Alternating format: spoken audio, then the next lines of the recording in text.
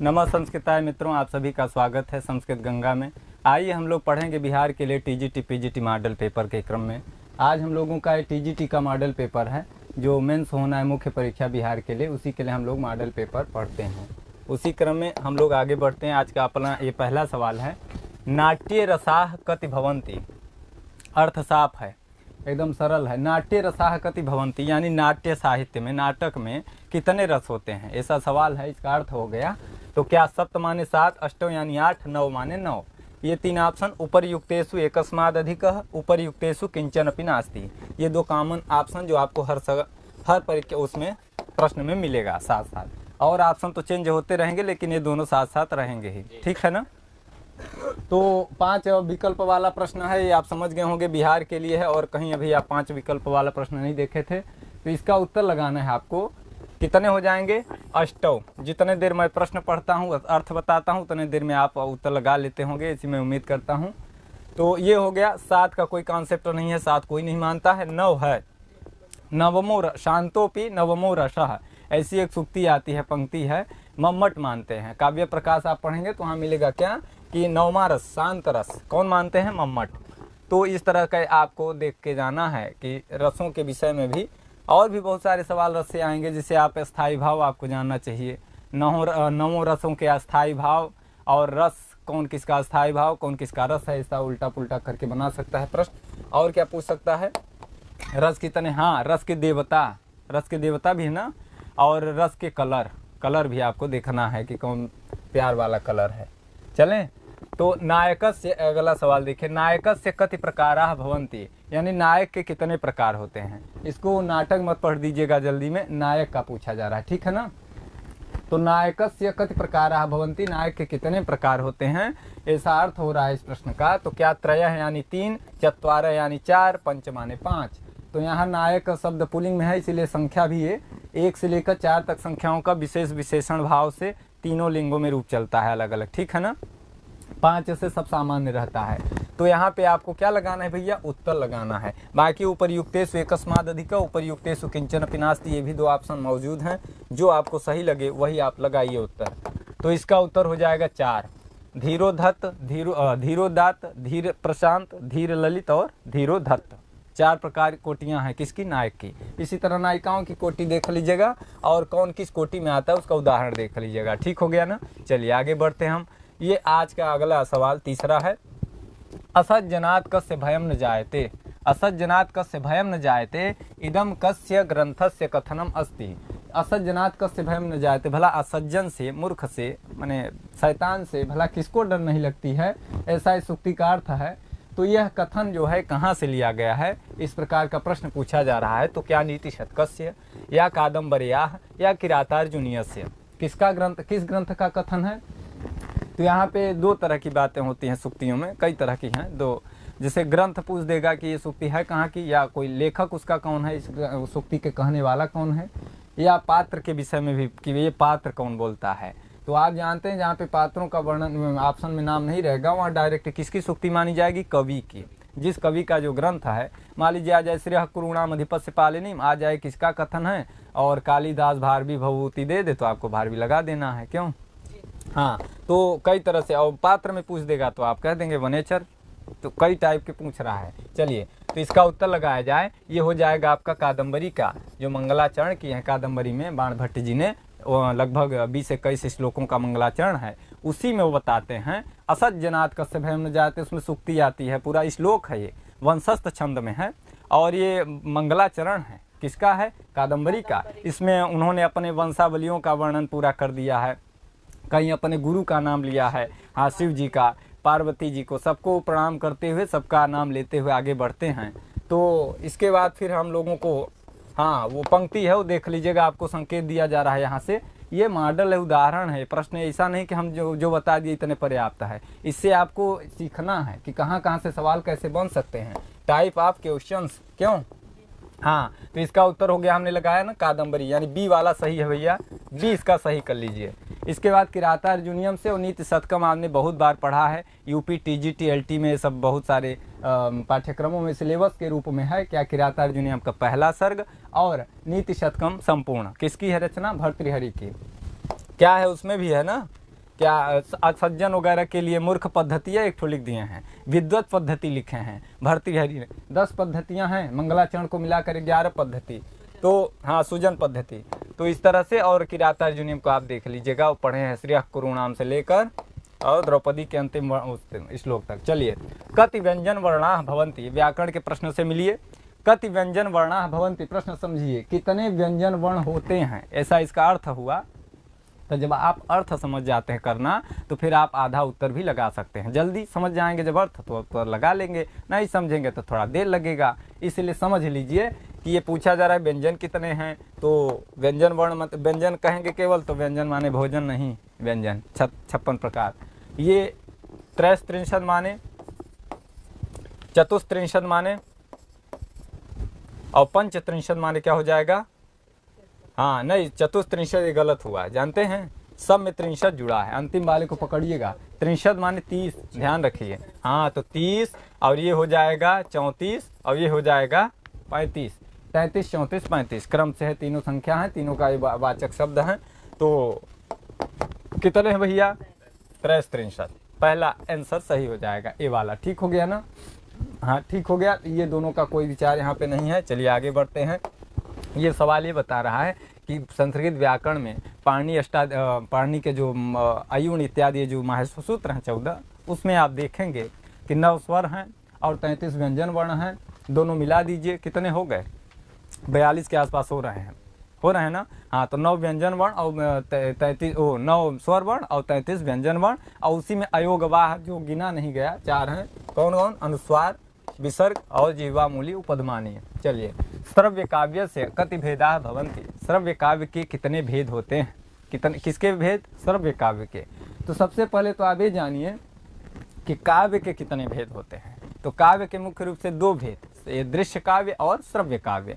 श्रव्य काव्य में फिर आप जाएंगे तो पाएंगे, जिसकी चर्चा अभी हम बताएंगे, और दृश्य काव्य में आप जाएंगे तो रूपक और उपरूपक, यानी नाटक इत्यादि प्रकरण ये सब क्या हैं, रूपक है। कितने हैं, 10 हैं, और वो है नाटिका इत्यादि जो हैं 18 उपरूपक हैं। वो क्या है, दृश्य काव्य के अंतर्गत आते हैं। क्यों, क्योंकि उनका मंचन होता है, उनका नाटक इत्यादि का क्या होता है, मंचन, यानी आप उसको सुन भी सकते हैं, सुनने से ज़्यादा देख सकते हैं। लेकिन ये जो काव्य महाकाव्य होते हैं उनको आप सुनते हैं ज़्यादा, देखते कम, उसका कोई मंचन वंचन नहीं होता है, इसलिए उसको आप क्या कहेंगे, वो हो जाएगा आपका श्रव्य काव्य के अंतर्गत। श्रव्य काव्य से भेदा भवन्ति, माने श्रव्य काव्य के भेद होते हैं, कितने, क्या 3, त्रयः, चत्वारे यानी 4, पंच माने 5, कितने हैं, और उपरयुक्तेषु एकस्मादधिकः, उपरयुक्तेषु किंचन पिनास्ति, इनको भी बोलता चलो। तो आगे बढ़ें, ये हो जाएगा 4, चत्वारः, कौन कौन भेद हैं भैया, हाँ तो पद्य है, चंपू है और महाकाव्य है, कथा है, आख्यायिका है, सब क्या है, दृश्य काव्य, वो श्रव्य काव्य है, श्रव्य काव्य के भेद हैं। और दृश्य में हमने आपसे बताया कि मुख्य रूप से रूपक और उपरूपक। चलिए, दिव धातो हो लोट लकार प्रथम पुरुष बहुवचने किम रूपम भवति। तो अब ये धातुओं से मतलब शब्द रूप, धातु रूप और सर्वनाम रूप, ये आपको ध्यान रखना है। तो दिव धातु का लोट लकार, पूरा एड्रेस इसको पढ़िएगा, इसी में है पूरा खेल। तो लोट लकार पहले देखिए, फिर प्रथम पुरुष है, फिर बहुवचन है। तो पहले क्या होता है, लकार, फिर पुरुष, फिर वचन, तीनों चीज ध्यान रखिएगा, तभी सही उत्तर लगा पाएंगे आप। तो पूछ रहा है प्रथम लोट लकार प्रथम पुरुष के बहुवचन में क्या रूप होता है, किसका, दिव धातु का। तो दिव्यंति होगा अथवा दिव्यंतु होगा या दिव्यताम होगा, क्या होगा, और क्या उपरयुक्तेषु एकस्मादधिकः, यानी 1 से ज़्यादा होगा अथवा कोई नहीं होगा। तो ये हो जाएगा आपको, ये बी सही हो जाएगा। तू ताम अंतु, तू ताम अंतु ऐसे आता है ना, पठतु पठताम पठंतु, हर अंतिम वाले को पकड़िए, जो हर जगह आपको कॉमन दिखेगा, हर रूप में आपको ये दिख ही जाएगा लोट लकार में। कुछ जगहों पे छोड़ के, कहाँ पर छोड़ के, जो आत्मनेपदी धातु होती हैं उनमें थोड़ा चेंज होता है, अलग चलता है, बाकी जनरली ये सब में रहता ही है। जैसे पठत पठताम पठंतु, दिव्यतु दिव्यताम दिव्यंतु, गच्छतु गच्छताम गच्छन्तु, हसतु हसताम हसन्तु। देख रहे हैं ना अंतिम, हाँ तो अंतिम स्वर पकड़े रहिएगा, स्वर पकड़े रहेंगे तो आप व्यंजन बना ले जाएंगे। तो ये क्या हो जाएगा, ये उत्तर हो जाएगा। ये दिव्यंती कहाँ का है, लट लकार प्रथम पुरुष बहुवचन की क्रिया है, क्या, दिव्यति दिव्यताम, दिव्यति दिव्यतः दिव्यंती। और ये दिव्यताम कहाँ का है, ये भी लोट लकार का ही है, लेकिन ये कहाँ का है देखिएगा, दिव्यतु दिव्यताम दिव्यंतु, दिव्य दिव्यतम दिव्यतः, दिव्यानि दिव्याव दिव्याम, नहीं पढ़ा ना। तो अगर नहीं पढ़ा लोटल का, अच्छा पढ़ गया ना, हाँ द्वितीया का द्विवचन, बहुत सही। चलिए तो हमने बाँच दिया, पढ़ा कि नहीं पढ़ा अब आप जानिए। आइए इसके बाद फिर आइए, गद्य काव्यस्य कति भेदाः वर्तन्ते। गद्य काव्य के कितने भेद हैं? अभी क्या पूछा था? श्रव्य काव्य का। अब देखिए दृश्य काव्य, श्रव्य काव्य, यानी सबका भेद आपको जाना है, ऐसा नहीं कि एक ठो से काम चलेगा। तो गद्य काव्य के कितने भेद भैया? द्वौ त्रयः पंच, यानी 2 3 5, या उपर्युक्तेषु एकस्मादधिक उपर्युक्तेषु किंचनपि नास्ति। तो कौन है भैया? हाँ, गद्य काव्य के 2 भेद, कथा और आख्यायिका। कथा का उदाहरण कादम्बरी, आख्यायिका का उदाहरण हर्षचरितम, किसकी? बाणभट्ट की रचना। सही हो गया, तो यही उत्तर हो गया। लीजिए व्याख्यान झोंकते हुए आगे बढ़ते हैं हम लोग। ये हो गया 7वें नंबर का सवाल था। वे 8वां सुनिए भैया, सबसे बढ़िया वचन मिल गया। कार्यम वा साधयेयम देहम वा पातेयम, या तो कार्य करूंगा या तो नष्ट कर दूंगा अपने आप को ही। हाँ, या तो कार्य करूंगा या तो अपने देह को नष्ट कर दूंगा, ऐसा वचन था, कथन था। यह मुक्ति कस्य कवे है, यह सुक्ति जो है किस कवि की है? अगर पात्र की बात करें तो पात्र में आएंगे आप तो महाकवि, ओ क्या कहते हैं, शिवाजी की है। शिवाजी ही ऐसी सब वाक्य ऐसे कौन बोल सकते हैं? शिवाजी जैसे वीर।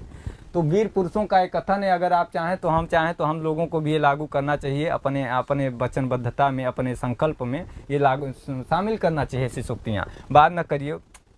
तो कस्य कवे, ये कवि की बात कर रहे हैं, तो जब कवि की बात करेंगे तो ग्रंथ की बात आ जाएगी। क्यों भाई? कोई भी ग्रंथ होगा उसका कोई न कोई कवि है। तो अभी हमने क्या बताया, तो पात्र रखेंगे तो पात्र का चयन करिए कौन बोला, और नहीं तो वो पूछ देगा कि किस कवि की, तो भी बात चल जाएगी। आए चलिए चलते हैं। तो ये हो जाएगा आपका अंबिका दत्त व्यास जी के। शिवराज विजय प्रथम निःश्वास आपके सिलेबस में यूपी टीजीटी में आप पढ़े होंगे। अरुण एष प्रकाश पूर्वस्याम भगवतो मरीचिमालिनः। अरुण के माने शुरुआत है, कहाँ से? सूर्योदय के वर्णन से शुरुआत करते हैं, उसी में आता है। किसने बोला था? ये शिवाजी ने बोला। हाँ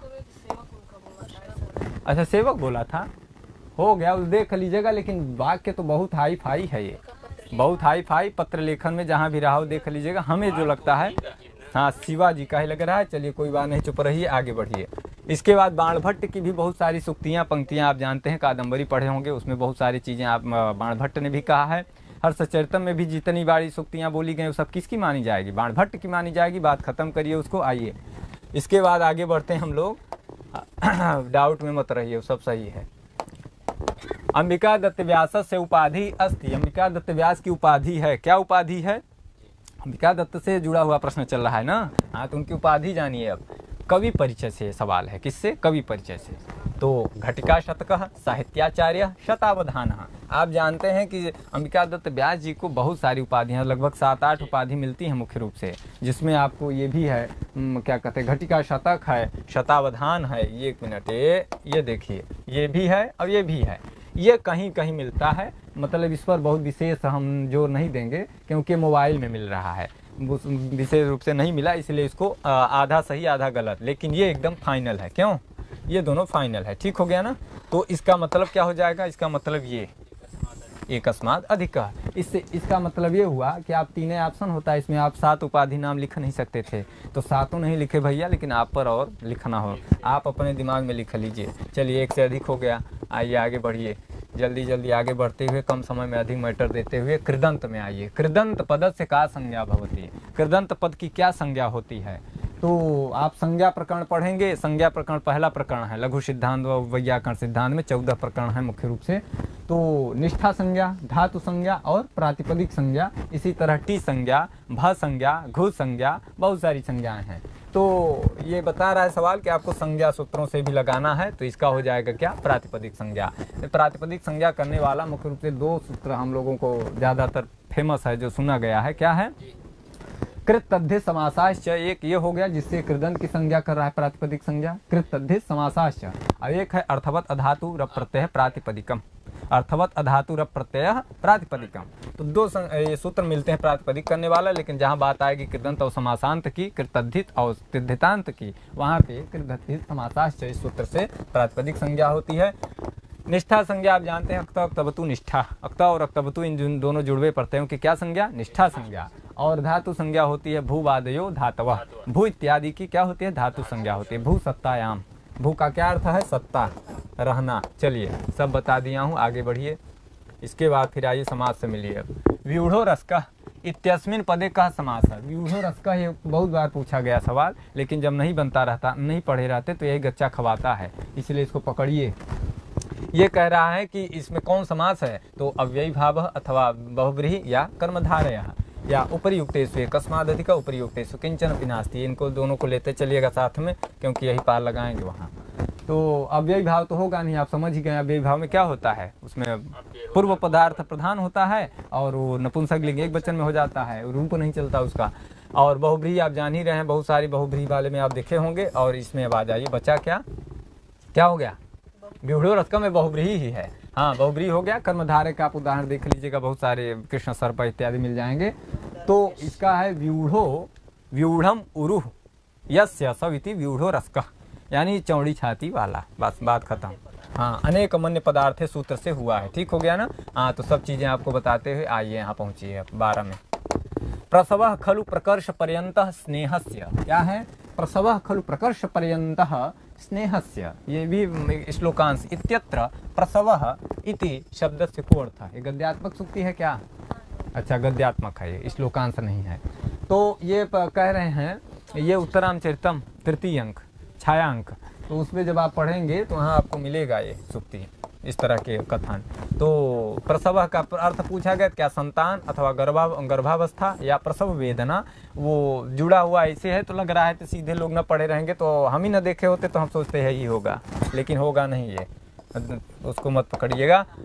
ये हो जाएगा संतान, प्रसव माने संतान। तो कौन बोला था, ये किसका है कथन, तमसा का है, ये तमसा का ही है। चलिए आगे आइए।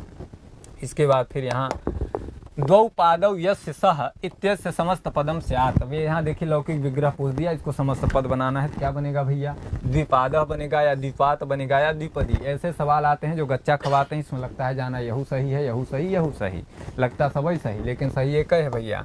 डी वाला मन लगा दीजिए अकस्मात अधिक, इसलिए इसको लगा देना बी, बी इसका सही हो जाएगा। द्वौ पादौ यस्य सह द्विपात, यानी दो पैर वाला प्राणी। अब दो पैर वाला कौन होता है आप जानते हैं, आप खुदे जानने वाले खुदे दो पैर के हैं, और चिड़ियों को भी दो पैर होता है, बाकी पशुओं को ज़्यादातर 4 पैर होता है, समझ गए ना, पैर भी गिनाते चलें। वैसे जानते हैं आप लोग, पर बोलने की बीमारी है। हाँ, क्या दिया, रुचिर स्वर वर्ण पदा रस भाववती जगन मनोहरती। अब ये देखिए क्या है, रुचिर स्वर वर्ण पदा रस भाववती जगन मनो, अब आगे जो भी हो तो क्या है, जगन मनोहरती, यहाँ तक है। ये समझ रहे हैं चिन्ह, ये चिन्ह है बताता है कि इन्वर्टेड कॉमा में पैक किया है कि यही मेन चीज़ है। पॉइंट की बात करिए, पॉइंट की। यह उक्ति कस्य कवि कृते प्रयुक्ता, यह उक्ति किस कवि की है, ऐसा नहीं, किस कवि के लिए, कृते माने लिए, षष्ठी विभक्ति योग में हो जाते, कृतमाव्य पद है, प्रयुक्ता यानी प्रयुक्त की गई है। तो क्या कालिदास से कृते, बाणभट्ट से कृते, या भवभूते कृते यानी भवभूति के लिए, किसके लिए भैया। और उपरियुक्तेषु अकस्मादधिक उपरियुक्तेषु किंचन अपि नास्ति, इनको भी पढ़ दीजिए तो उत्तर लगा दीजिए फिर अब पढ़ के। ये हो जाएगा बाणभट्ट के लिए, क्यों, हाँ ये बाणभट्ट के लिए है, और ये धर्मदास ने कहा है। किसने कहा, धर्मदास ने कहा, बाणभट्ट के लिए कहा। और हाँ, नहीं बाणी बाणो बाणस से मधुरशील से, धर्मदास का उसी का है, उसी के आगे की लाइन, माने ये श्लोक है भैया, ये श्लोक है। तो श्लोक कभी भी एक लाइन का नहीं होता है, श्लोक जब भी होता है तो 2-4 लाइन का होता है, कम से कम 4 चरण 2 लाइन का हो, हाँ अनुष्टुप हो चाहे जो भी हो। तो कालिदास के लिए भी बहुत सारी चीज़ें, उपमा कालिदास जैसे 20 बार बोलता हूँ, वही याद है क्या झोंकूँ।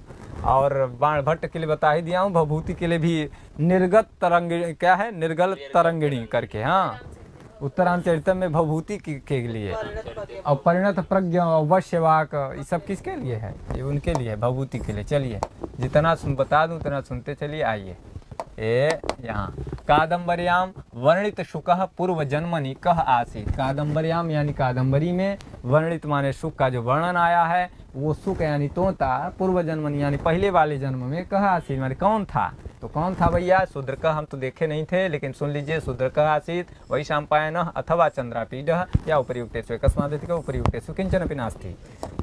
ओहो हाँ, धोखे से उल्टा पुल्टा बटन दब जाती। तो इसका उत्तर लगाना है ना, हाँ तो बी हो जाएगा भैया। इनका 3 जन्म की कथा का वर्णन है कादम्बरी में, 3 जन्मों का। किसका, इधर सुक वाला चलता है, उधर एक चंद्रापीड वाला चलता है क्रम। तो क्या है भैया, जैसे भाई पुंडरीक वैशंपायन और शुक, और चंद्रमा चंद्रापीठ और शूद्रक। ये हो गया, बोल दिया हूँ। चलिए दोबारा ना बोलूँगा जल्दी में। आइए, समय को ध्यान में रखते हुए गाड़ी पहुँच गई है, कहाँ हो? 16। एको रसः करुण एव निमित्त भेदात, एको रसः करुण एव निमित्त भेदात, उत्तर रामचरिते यम कस्याह उक्ति ही। ये उत्तर रामचरितम में किसकी उक्ति है? ये उत्तर रामचरितम की तो है, तो है किसकी? तमसाया, मुरलाया या सीताया या उपरियुक्तेषु एकस्मादधिक उपरियुक्तेषु किंचनपि नास्ति। कौन नास्ति भैया? ये हो जाएगा, तमसा की उक्ति है। तमसा ने कहा है, वही अंतिम में है, तीसरे अंक में, अंतिम में। तो उसके बाद फिर वही छंदसाम वाला आता है, कुलपति छंदसाम करके, है ना? हाँ, तो ये हो गया। और मुरला का भी आप जानते हैं, शुरू में 2-3 श्लोक मुरला बोली है। उड़प्पा का प्रतीकाशो राम से करुणो रसा। सीता ने ज़्यादातर गद्यांश में सूक्ति इन्होंने कहा है। हाँ चलिए, इसके बाद फिर है, आइए यहाँ दुरोदर। हाँ, तो दुरोदर इत्यस्य शब्दस्यार्थो अस्ति। दुरोदर, ये दुरोदर शब्दार्थ से सवाल, तो दुरोदर शब्द आया है। इसी तरह और भी बहुत शब्द आ सकते हैं, तो इसका अर्थ पूछ दिया गया है। तो दरदुरह होगा या भूधरह होगा या द्यूतम होगा। तो द्यूतम विनोदयति कहाँ आया है भैया? द्यूतम विनोदयति आया है सुखनासोपदेश में भी, लेकिन यहाँ बात सुखनास की नहीं चल रही है, चल रही है बात कहाँ? यहाँ किराता अर्जुनियम की। तो अर्जुनियम से मिलिए, ये दुरोदरह नहीं होगा, भूधरह भी नहीं, क्या हो जाएगा भैया? द्यूतम विनोदिति। विनोद माने होता है खुशी मनाना, हाँ, तो द्यूत माने होता है वो जुआ खेलना, जुआ। और किसमें? छद्म। छद्म माने होता है छल पूर्वक। हाँ, तो छल पूर्वक कौन खेला था जुआ? अरे वही दुरिस्त, हाँ, शकुनी माँ हमारे मिलकर खेले रहे हैं। चला, इसके बाद फिर है आगे 18 में, शिवराज विजय अवलंब रोल कदम्बस्य कह। अवलंबो रोल कदम्बस्य जगत करके है ना सूक्ति, गद्यात्मक गद्य, एकदम बहुत कठिन कठिन गद्य है।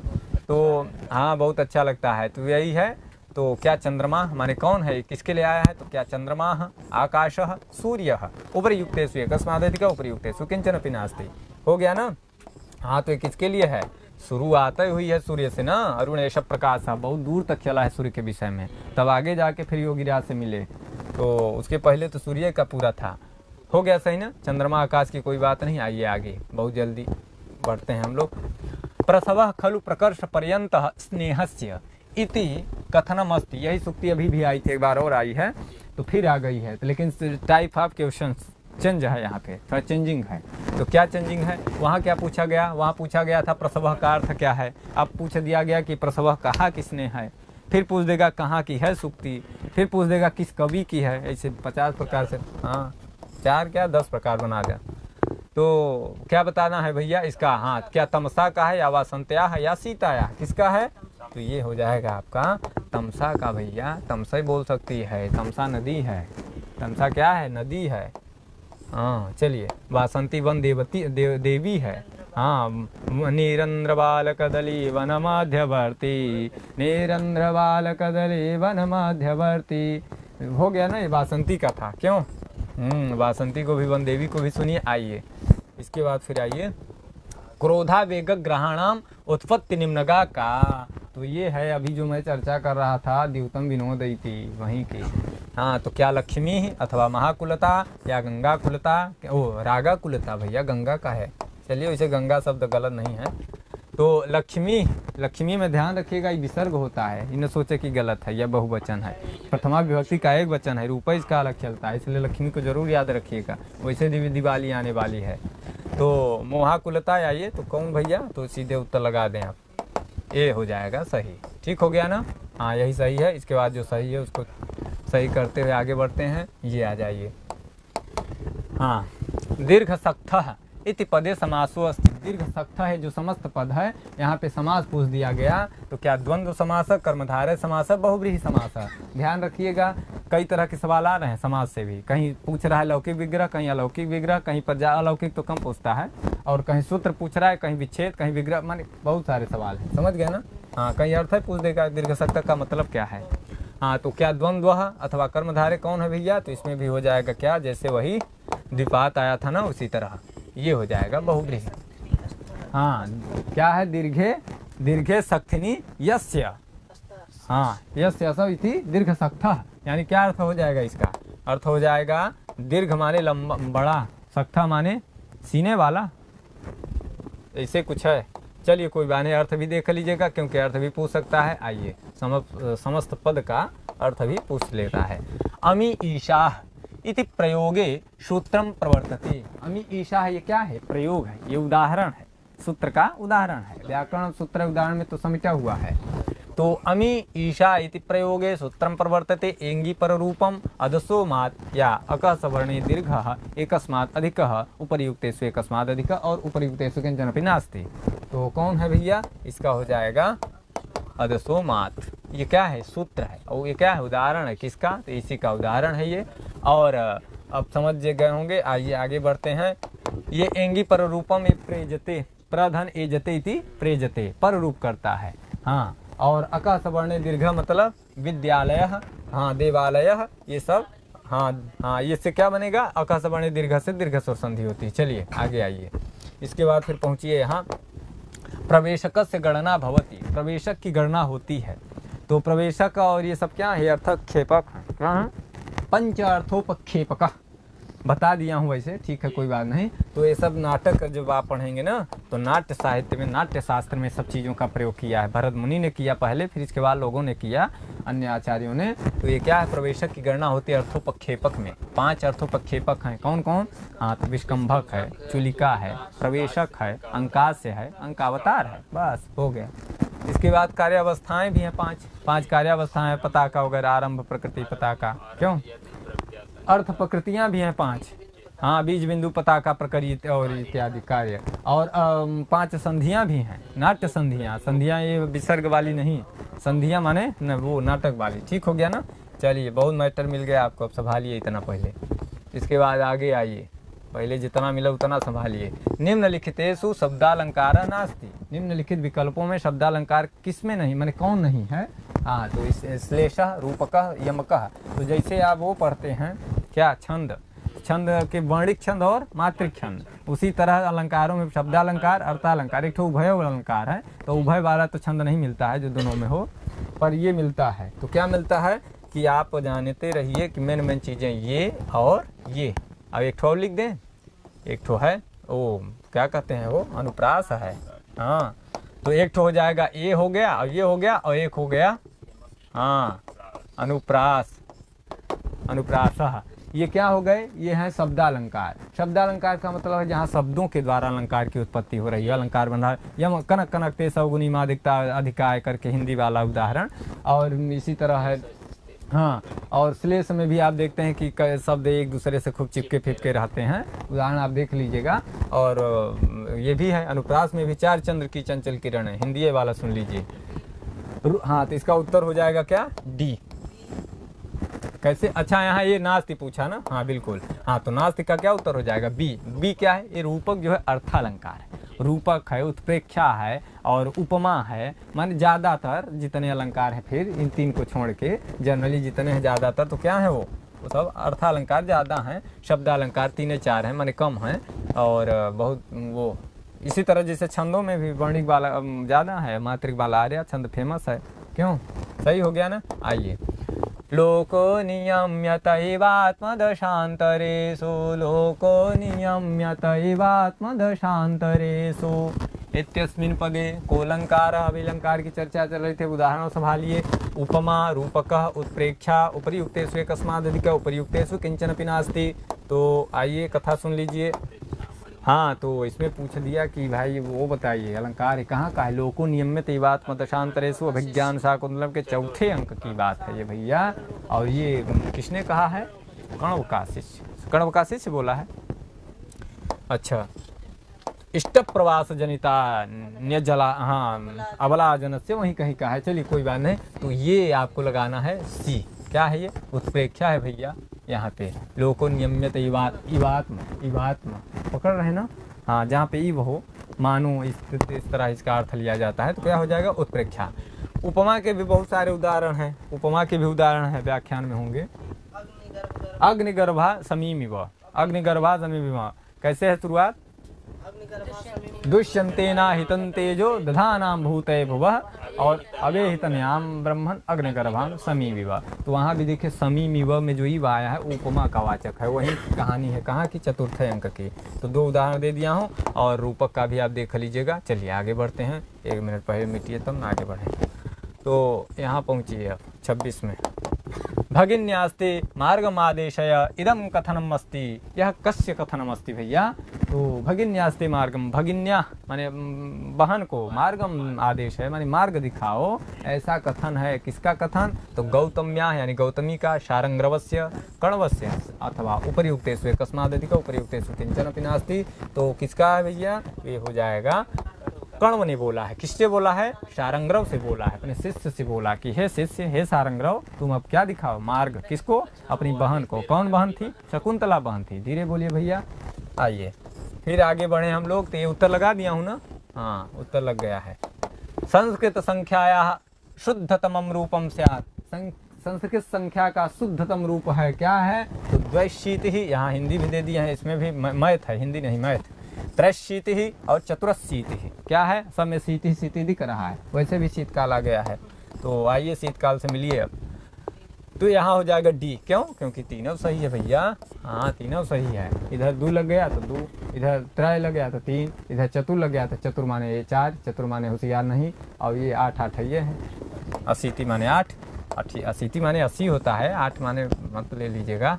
चलिए, काव्य प्रकाश से अलंकाराणाम संख्या वर्तते, काव्य प्रकाश के अनुसार, मम्मट के अनुसार क्या पूछ दिया? तो अलंकारों की संख्या पूछ दिया। क्या पूछा? अलंकारों की संख्या, यानी मुख्य जो आचार्य हैं उनके मत में अलंकारों आपको जानना है कि वो कितना मानते हैं, उनके ग्रंथ में कितना मिलता है। तो इसका उत्तर सुनिए, ये 67 हो जाएगा अलंकार। किसके मत में? मम्मट जी के, यानी काव्य प्रकाश में। और आगे जो भी होगा देख लीजिएगा। चलिए आगे आइए अब। मानुषीषु कथं वा स्यात् अस्य रूपस्य संभवः, अस्यां पंक्तौ कस्याः वर्णनं वर्तते। ये पंक्ति है तो मानसीसु, मनुष्यों में, कथम वा स्यात् भला कैसे, बहुत बहुत बहुत अच्छा व्याख्यान है, बखान। सीतायाः विषय, शकुंतलायाः, अनुसूयायाः, ये कस्याः वर्णन, इस पंक्ति में किसका वर्णन है? हाँ, तो शकुंतला का है या सीता का है या अनुसूया का है? तो किसका है भैया? किसी न किसी का तो जरूर है, चाहे जिसका हो। हाँ, तो शकुंतला का है। चलिए लगा देते हैं। हाँ, दुष्यंत ने किया है प्रथम अंक में ही। क्यों? प्रथम अंक में 26वां है क्या? देखिए, हाँ श्लोक, हाँ 26वें श्लोक की पंक्ति है। तो वहीं पे कहा गया है दुष्यंत राजा दुष्यंत कहते हैं शकुंतला के विषय में, इसलिए इसका उत्तर हो जाएगा क्या? शकुंतला, या यानी बी सही हो जाएगा भैया। हाँ, तो बी को सही करते हुए आगे बढ़िए और फिर आपको मिलवाता हूँ अगले प्रश्न से। ये लीजिए, विशंकमानो भवतः पराभवम, विशंकमानो भवतः पराभवम इत्यत्र भवतः पदम कस्य कृते प्रयुक्तम। इस श्लोकांश में, इस श्लोक में जो आया हुआ भवतः पद आया तो किसके लिए आया है, यानी किसके लिए प्रयोग हुआ? तो क्या दुर्योधनस्य कृते, युधिष्ठिरस्य कृते, वनेचरस्य कृते, उपर्युक्तेषु कस्मादधिक उपर्युक्तेषु किंचन नास्ति। तो कोई तो होगा, तो जरूर होगा। तो लगाएं, ये हो जाएगा युधिष्ठिरस्य कृते, राजा युधिष्ठिर के लिए। वर्तमान में भले ही राजा वो नहीं है, लेकिन चेला तो उन्हीं का है। कौन? वनेचर। तो वनेचर आया तो बताया कहानी, पूरी कहानी उसी के लिए भेजे थे, नियुक्त करके भेजे थे ना उसको। हाँ, कहाँ भेजे थे? द्वैत वन में, द्वैत वन में भेजे थे। गया था, देख रहे हैं ना। अच्छा, द्वैत वन में तो आया मिला। हाँ, तो गया था वहाँ भैया हस्तिनापुर, उसका राव चावल लेने। किसका? उसका, दुर्योधन का। चलिए, दुर्योधन कहिए, दुर्योधन। तो हो गया इसका उत्तर ना। हाँ, चलिए आगे बढ़िए तब। इसके बाद यहाँ पहुँच गए हम लोग। अकर्मक धातु योगे, अकर्मक धातु योगे अध्वाचक शब्दस्य का संज्ञा भवति। तो अकर्मक जब धातु का योग हो और अध्व माने मार्ग, अध्व माने मार्गवाचक, मार्गवाचक शब्द के साथ क्या संज्ञा होगी? तो क्या करणम, अधिकरणम, कर्म। तो यहाँ ये करणम कैसे हो गया? काला। चलिए, तो इसका हो जाएगा कर्म। क्या हो जाएगा? कर्म। एक तो श्लोक वो सूत्र है। हाँ, अकर्मक धातु फिर योगे देशः कालो गंतव्यो अध्वा मार्ग इत्यादि कर करके है, बहुत बड़ा सूत्र है, वो पढ़ लीजिएगा आप। जब बड़ा रहे सीधे आप पे छोड़ता हूँ। ये सही हो गया ना कर्म। हाँ, करण और अधिकरण आप देख लीजिएगा, दोनों में करण ही करण है। देख नजर लग गई कौन का। इसके बाद फिर आइए यहाँ 32 में 32 देखिए। जाड्यं धियो हरति सिंचति वाचि सत्यं, जाड्यं धियो हरति सिंचति वाचि सत्यं, मानोन्नते, फिर आगे कहा है हो, मानोन्नतिम दिशपति पापम करोति। चलिए आगे आइए, उत्तर सुनिए। तो ये सूक्ति है, क्या है, श्लोकांश है, हाँ, नीति शतकम का। इति माने यह श्लोकांश जो है कह अकथयत, यानी किसने कहा, किसके द्वारा कहा गया है, लिखा गया, तो भासः यानी भास ने कहा, भारवी यानी भारवी का है, भर्तृहरि या उपरियुक्तेषु, कस्मादधिक उपरियुक्तेषु किंचन अपि नास्ति, कॉमन वाले दो ऑप्शन। तो आइए, ये हो जाएगा भर्तृहरि का, भर्तृहरि पिंगला वाले, वही शतकत्रयी वाले, जिन्होंने पहले सब समय समय पर पहले क्या लिखे, श्रृंगार शतक, फिर वैराग्य, नहीं पहले नीत शतकम, फिर श्रृंगार, फिर वैराग्य, फिर वैराग्य हो गया ना उनको, हाँ, तो वैराग्य के बाद जरूरत पड़ती है वैराग्य की। चलिए, नदति सएष वधु सखा शिखंडी, नदति सएष वधु सखा शिखंडी, ये भी श्लोक का है वो। इत्यत्र शिखंडी पदस्य को अर्थ, ये जो शिखंडी पद आया है ये आप पढ़े होंगे क्या, उत्तराम चरितम, वो भी कौन वाला अंक, छाया अंक, तीसरा अंक। तो तीसरा अंक जब पढ़ेंगे तो वहाँ भगवान और राम की सीता, भगवान राम की और सीता की चर्चा है, दोनों लोग आपस में संवाद करते हैं, लेकिन अप्रत्यक्ष रूप से, प्रत्यक्ष नहीं, यानी दिखाई नहीं देती है। कौन, सीता, किसके आशीर्वाद से, गंगा मैया के आशीर्वाद से, कोई नहीं देख पाता उनको, भागीरथी। और कौन देख पाता है उनके साथ, कौन रहती है सीता की तरफ, तमसा रहती है, वासंती वन देवी है, राम की तरफ रहती है, मुरला के चली जाती है। चलिए आइए कथा कहानी सुनते हुए आगे बढ़ते हैं। इसका उत्तर हो जाएगा भैया, हाँ, मयूर वधु सखा शिखंडी, कौए की कोई चर्चा नहीं आई है, वधु का मतलब ही नहीं है कोई। तो आगे बढ़े, हाथी की चर्चा आती है, बल्कि क्यों, हाथी की चर्चा आती है। आइए आइए सखियों से मिलवाएं, ये तो अलंकार मिल गया। नवपलाश पलाश वनम पुरः, नवपलाश पलाश वनम पुरः, क्या है, अभी अभी हम आपको बता रहे थे अलंकार, अभी अलंकार की चर्चा चल रही थी, उसी क्रम में अगला सवाल है, आ गया अलंकार से। तो सवाल ये, इसको उपमा होगा या अतिशयोक्ति ही या यमकः उपरियुक्तेषु कस्मादधिक उपरियुक्तेषु किंचन अपि नास्ति। तो कौन होगा भैया, इसका उत्तर लगा दें, ये यमक का सटीक उदाहरण है। किसका, यमक अलंकार का। यमक अलंकार कैसा अलंकार है, तो ये शब्दालंकार है, यमक अलंकार है, अनुप्रास है और श्लेष है, ये मुख्य रूप से ये 3-4 अलंकार कैसे अलंकार, तो ये शब्दालंकार हैं।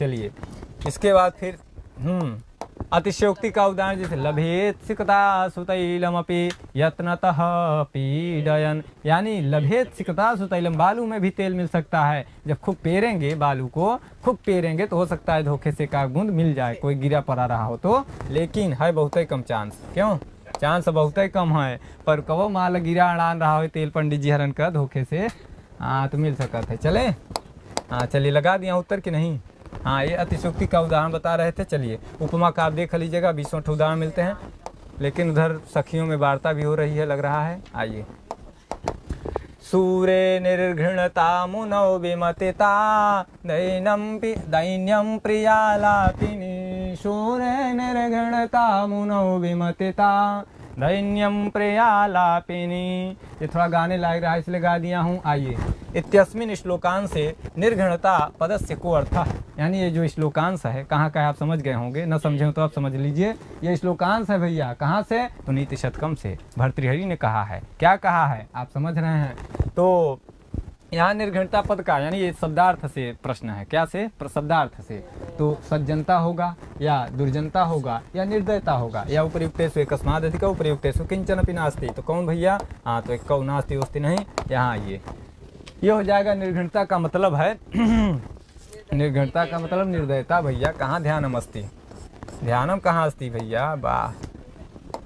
चलिए आगे बढ़ते हैं। सज्जनता आप जानते हैं, दुर्जनता मत जानिए, दुर्जनता जानने लायक नहीं है, जो जानने लायक हो वही जानिए। प्रध्यम कस्याह विभक्ते रूपम अस्ति, रूप की बात आ गई। रूप माने आप समझ ही रहे हैं, रूप आपका भी है, हमारा भी है, सबका रूप होता है। तो रूप 3 प्रकार के होते हैं मुख्य रूप से, किसमें, संस्कृत व्याकरण में। कौन कौन, शब्द रूप, धातु रूप और सर्वनाम रूप। सर्वनाम में आ जाता है युष्मद और अस्मद। युष्मद माने दूसरे के लिए, अस्मद माने अपने लिए और हंसने के लिए। चले, बहुत हंसी चाँपा आई रही है। तमसा मुरला नदीद्वयम प्रवेश करोति नदीद्वयम। चलिए, तो प्रध्यम ये क्या है भैया, रूप है, लेकिन एक कठिन रूप है, ध्यान रखिएगा, एक कठिन वाला रूप है। प्रधीह चलता है, विसर्ग रहता है पहले वचन, हाँ प्रथमा विभक्ति पहले वचन में क्या रहता है, प्रधीह, प्रध्यौ, प्रध्य, प्रधीम, प्रध्यम, प्रध्यौ, प्रध्य, इस तरह रूप चलेगा। हाँ चलिए अब आगे नहीं बोलेंगे, आगे आप पर छोड़ देता हूँ, थोड़ा बहुत आप होमवर्क करिए।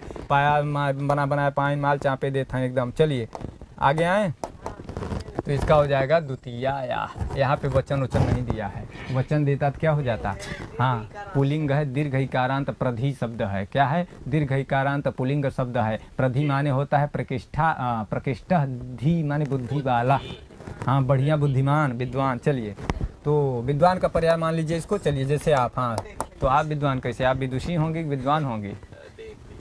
चलिए देख लिए। आइए लगा दिया उत्तर। अब थोड़ा सा शांति बनाते हुए, यहाँ पहुँच गई गाड़ी। हाँ तो 37, तस्यैतां सान्यं कुर्वन्ते हर वैवस्ततोदकम् इत्यत्र वैवस्वत पदस्य को अर्थ है मंत्र है। जो श्लोक कठिन रहे और ओम इत्यादि मिल जाए या थोड़ा सा ये सब शांति, इससे हाई फाई श्लोक है, तो ये समझाता है कि मंत्र है। क्या है, बहुत हाँ VIP वाला श्लोक है, मंत्र है। तो ये कह रहा है तस्यैतां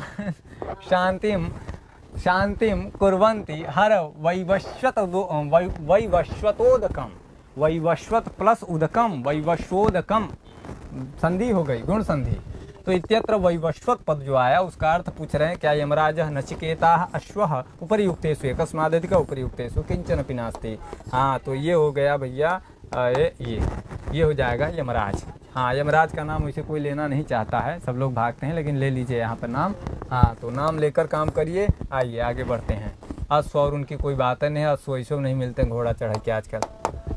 अंबिका दत्त व्यासस्य गुरोह नाम किम, अंबिका दत्त व्यास के गुरु जी का नाम। हाँ तो गुरु जी आपों के होंगे कोई, तो गुरु और चेला ये परंपरा रही है संस्कृत जगत में। गुरु शिष्य की परंपरा बहुत है, अभी भी बनारस में मिलती है बहुत सारी।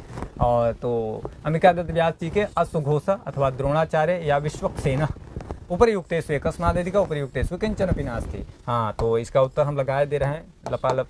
ये उत्तर दे, विश्वक्सेन ये कौन थे, ये गुरु थे, किसके थे, तो ये अंबिका दत्त व्यास जी के गुरु थे, राजस्थान के रहने वाले थे, धूला गांव के थे। कौन, हाँ रावत जी का धूला, इतना बड़ा गांव का नाम था, तो काम कितना बड़ा रहा होगा। इसके बाद अश्वघोष का चेला का नाम बता सकता हूँ, चेला का नाम व्याख्या में तो। और द्रोणाचार्य के भी चेलवा का नाम सुन लीजिए। द्रोणाचार्य का चेला जो अंगूठा काट के दे दिया, आज साला लोग 2 रुपया चढ़ाने में। हाँ एकलव्य कौन था, चेला था। अर्जुन कौन थे, चेला। और ये अश्वघोष के हाँ पूर्ण यश गुरु थे, और इनका चेला कौन था, कनिष्क। हाँ उनके राजवंश में। चलिए धीरे बोलिए, आइए आगे बढ़िए। इसके बाद फिर भीष्म पितामहस्य गुरोह नाम किम। अभी गुरु वाला फिर एक प्रश्न आ गया। हाँ तो गुरु चेला संभालिए। द्रोणाचार्य सुकनासः परशुरामः या उपरियुक्तेषु एकस्मादधिक उपरियुक्तेषु किंचन पिनास्ति। देखिए हंसी मजाक के साथ साथ जब चलेंगे तो आपको भार नहीं लगेगा, इसीलिए बीच में थोड़ा डायलॉग मारता हूँ, जान के बना के बाद बोलता हूँ कि थोड़ा सा भार आपको न लगे। 1 घंटे की क्लास होती है, 1 घंटे से ज़्यादा की है, तो एकदम ही गंभीरता में पढ़ाऊँगा तो भाग देंगे आप। हाँ गंभीर हो जाएंगे ओझा गुरुजी वाले क्लास में।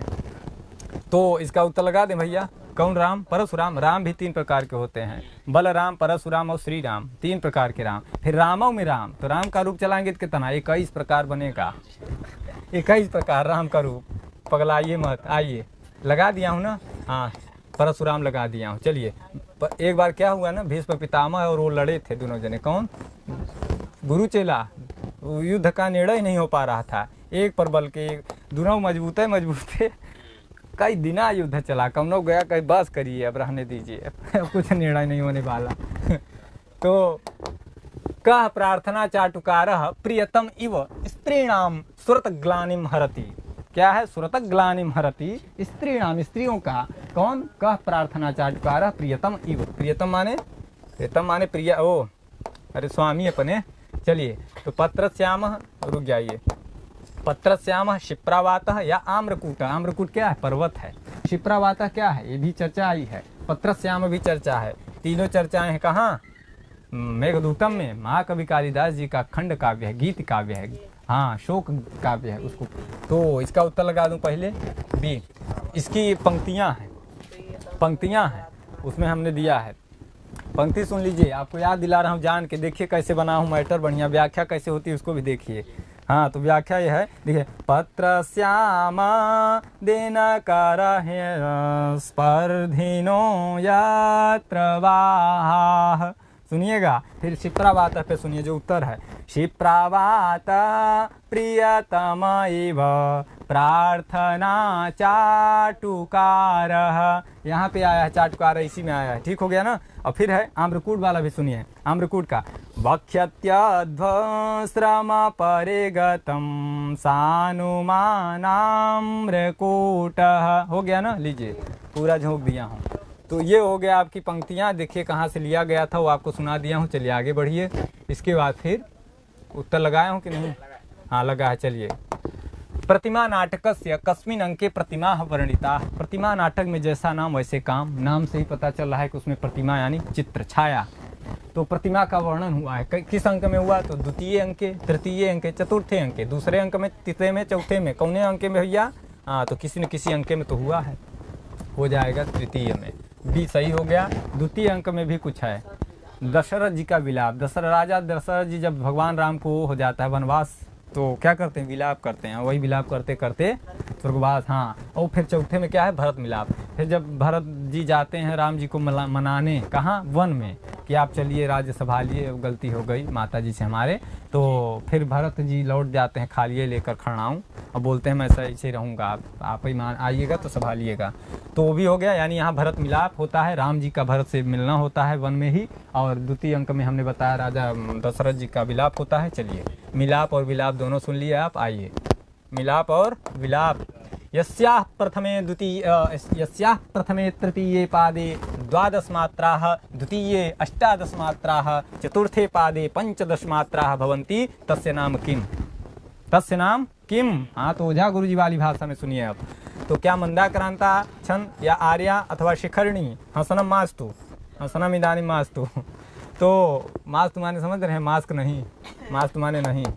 तो ये मंदाक्रांता छंद का लक्षण बताया, माने समझ रहे हैं? यस्याः प्रथमे तृतीये पादे, जिसके प्रथम और तीसरे चरण में, पादे माने चरण में 12 मात्रा हो, दूसरे में 18 मात्रा हो, और चौथे पाद में क्या हो? 15 मात्रा हो, तस्य नाम किम, माने उसका नाम क्या है? जो बूझे वही पंडित, ये वो है, कहावत है एक तरह से। तो आर्या है भैया, तो ए आर्या लगावा, आर्या लगावा। हाँ तो अज्ञ सुखमाराध्य सुखधर्माराध्यते विशेषज्ञ ज्ञान लव दुर्विदग्धम ब्रह्मापि नरम न रंजयति। सही है। हाँ तो सही है, तो यही।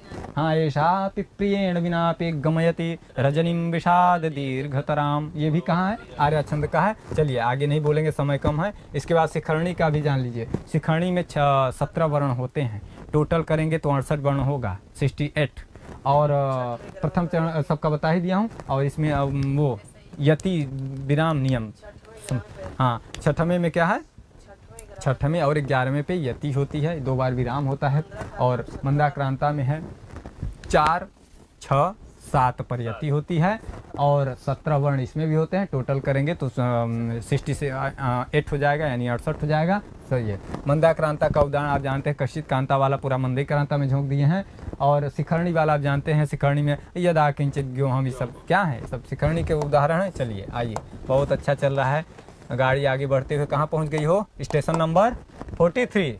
हाँ तो संस्कृत वर्णमाला उच्चारण स्थानानि वर्तन्ते, संस्कृत वर्णमालाओं के उच्चारण स्थान हैं। क्या हैं? तो ये लोग हंसा के मानेंगे अब, तो जो हंसा वो फंसा। संस्कृत वर्णमाला या उच्चारण स्थान, संस्कृत में वर्णमाला क्या है? वर्णमाला से तो पूरा संस्कृत शास्त्र बना, व्याकरण। उसमें 14 माहेश्वर सूत्र हैं, अ से लेकर और हल की ल तक, यानी अल में पूरे आ जाते हैं 9 स्वर और 33 व्यंजन वर्ण, अच और हल दोनों। हल माने जोतने वाला नहीं। तो संस्कृत वर्णमाला में जो उच्चारण स्थान है उनके कितने प्रकार हैं? तो एक ठो सूक्ति है, एक क्या है? श्लोक है। क्या? अष्टौ स्थानानि वर्णानाम उरः कंठः शिरस्तथा जीवामूलम उपदमानीयम च दंत नासिको दंत ओष्ठकौ करके इसे है। चलिए बना दिया हूँ पूरा। तो इसका उत्तर लगा दूँ ना? अष्ट यानी 8। चलिए अब इसके बाद आगे थोड़ा स्पीड बढ़ाएंगे, वंदे भारत वाली स्पीड में।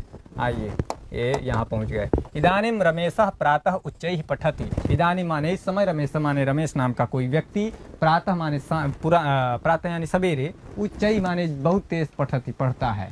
तो इत्यस्मिन् वाक्य कति अव्यय पदानि, इस वाक्य में कितने अव्यय आए हैं? हाँ, तो कितने अव्यय हैं भैया? त्रीणि यानी 3, चत्वारि यानी 4, पंच माने 5। कौन? तो लगा दें फट से, यहाँ न रुकते हुए सीधे लगाता हूँ। क्या? 3। कौन कौन? इदानीं, इसका भी रूप नहीं चलता, ये भी अव्यय है।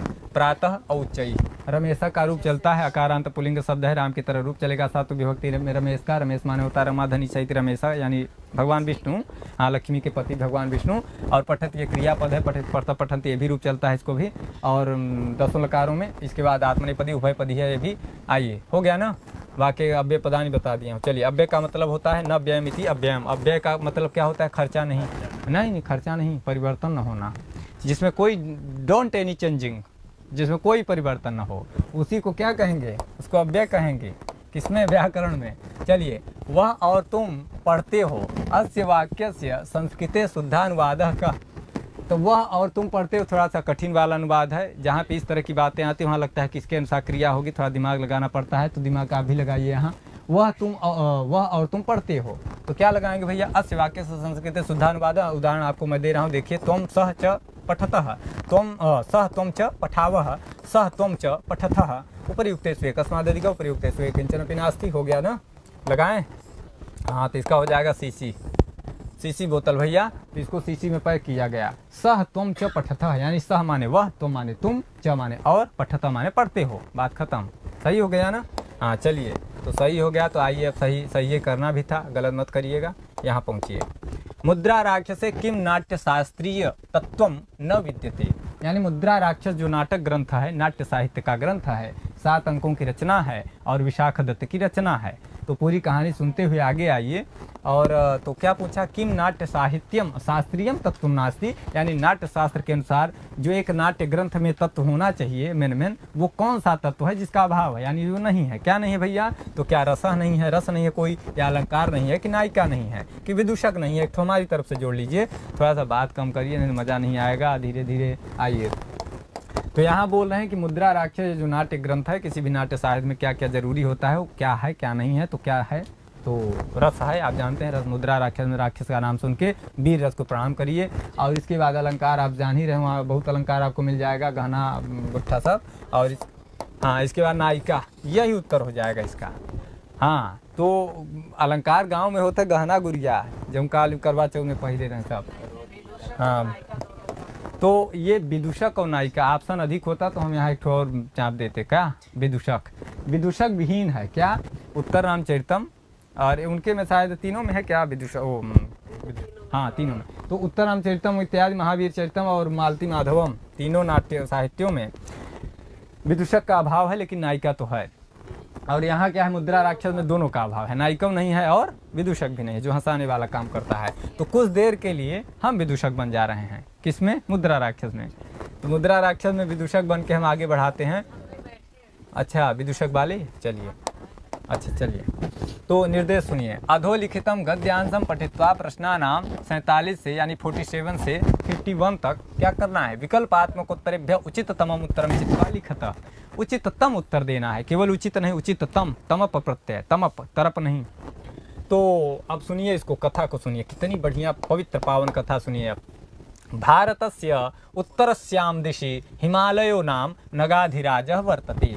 हिमालयो नाम नगाधिराजः करके अस्ति उत्तरस्यां दिशि देवतात्मा हिमालयो नाम नगाधिराजः पूर्वापरौतोय निधि वगाह्य स्थितौ पृथिव्याम इव मानदंडः। कहाँ का है? तो कुमार संभवम में महाकवि कालिदास जी ने मंगलाचरण के रूप में लिखा। वही चीज़ कौन पाई तो यहाँ पलट दी गद्यात्मक। कौन अच्छा, वंदना पांडे जी। चलिए, तो इसके बाद अब आइए सुनिए यहाँ। भारतस्य उत्तरस्याम दिशि हिमालयो नाम नगाधिराजः, यानी भारत के उत्तर दिशा में क्या है? दिशा का दिशि शब्द है, सप्तमी एक वचन।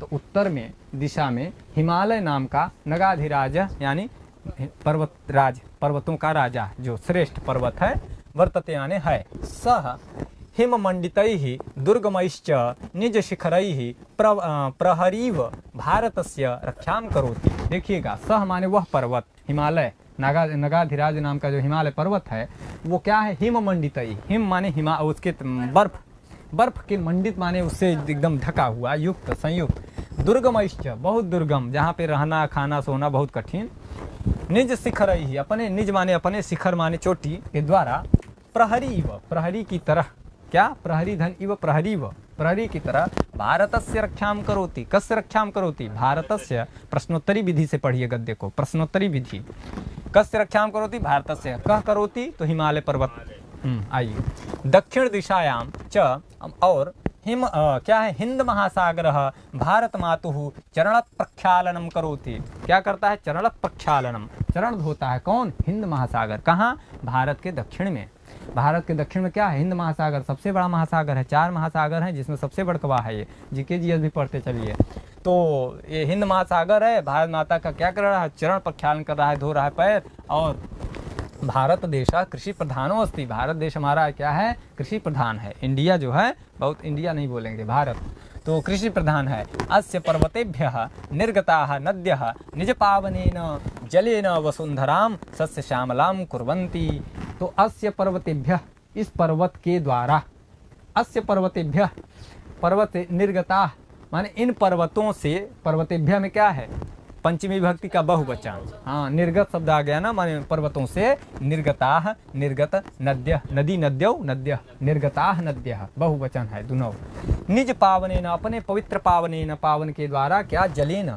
निज पावनेन किसका विशेषण है, जलेन का, जलेन विशेष्य है, विशेष्य मेन, तो जलेन वसुंधराम सस्य श्यामलाम कुर्वन्ति, वसुंधराम यानी धरती को, वसुंधरा को, वसुंधारति आशा वसुंधरा, धन को धारण करने वाली जो है वसुंधरा कहलाती है, सस्य श्यामलाम यानी फसल इत्यादि से युक्त करता है, क्या करता है, फसल से युक्त करता है, करते हैं नदी के जल, निज पावन जल, नदीषु गंगा पवित्रतमा वर्तते, नदियों में गंगा जो है वो बहुत पवित्रतमा नदी है, क्या हो जाएगा, यतश्च निर्धारणम, नदीषु नदी नाम गंगा पवित्रतमा वर्तते, नदियों में गंगा जो है बहुत पवित्रतम है, इसलिए हम लोग रोज जाके डुबकी लगाते हैं, धोखे से पाप करेंगे और खूब जाएंगे नहाएंगे रोज, नदीषु गंगा पवित्रतमा वर्तते, अस्याः जलम अमृत तुल्यम अस्ति, अस्याः माने इसका जल, कस्याः जलम, गंगायाः जलम, कैसा तुल्यम अस्ति, तो अमृत तुल्यम अस्ति, अमृत के समान है, यमुनायाः जलम अपि पवित्रम मन्यते, और यमुना जी का भी जल कैसा है, पवित्र माना जाता है, हम लोग प्रयागराज में हैं, यहाँ तो सब कुछ,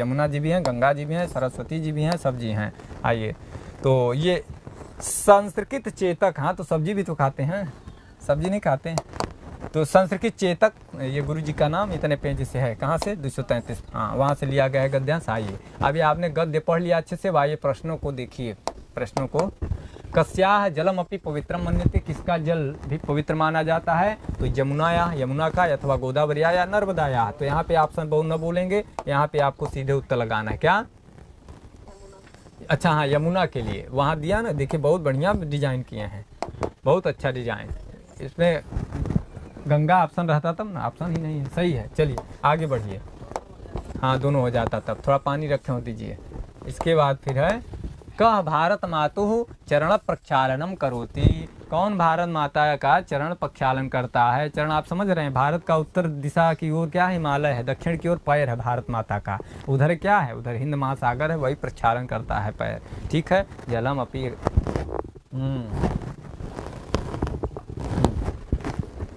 धन्यवाद,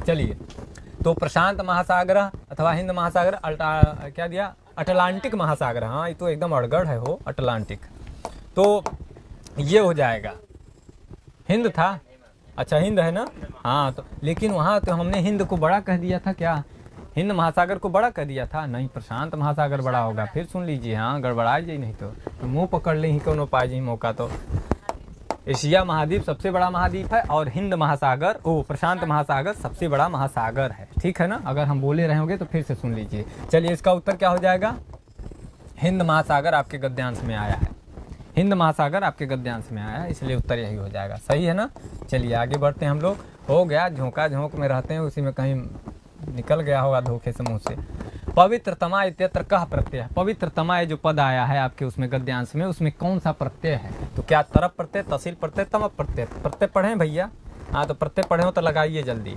पवित्रतमा में हो जाएगा तमप सी, तरप प्रत्यय होता है दो में से अलग करना हो तो तरप, और तमप होता है बहुतों में से अलग करना हो तो तमप।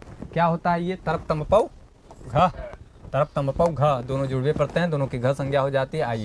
आइए 50 का हिसाब हो गया है।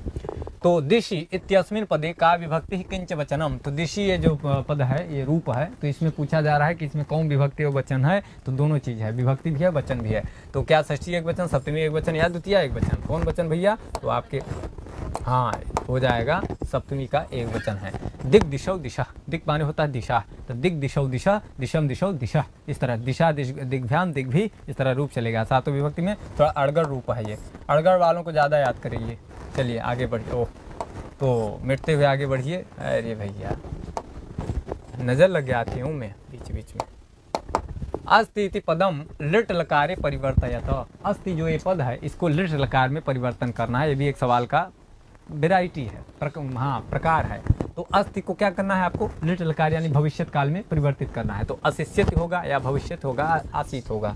तो आप जब लंग लकार में करते तो क्या होता? लंग लकार में करते तो आसीत होता, आसीत आस्तामासन, और इसमें किया है तो क्या हो जाएगा? भवि। भू सत्तायाम धातु का भी भविष्यत बनता है लिट लकार में, और अस धातु का भी क्या बनता है भविष्यत काल में? भविष्यति। अशिष्यत एकदम गलत है, ये फंसाने के लिए था आपको, तो फंसे नहीं तो अच्छा हुआ। आइए नहीं तो जाल में फंस गए तो बहेलिया उठा ले जाएगा। निर्देश अधोलिखितम गद्यांशम पठित्वा प्रश्नानाम। हाँ तो 52 से लेकर 56 तक विकल्पात्मकोत्तरेभ्य उचिततम उत्तरम चित्वा लिखत। फिर आइए गद्य से मिलिए एक ठो, ये गद्य में तो मजा आता है।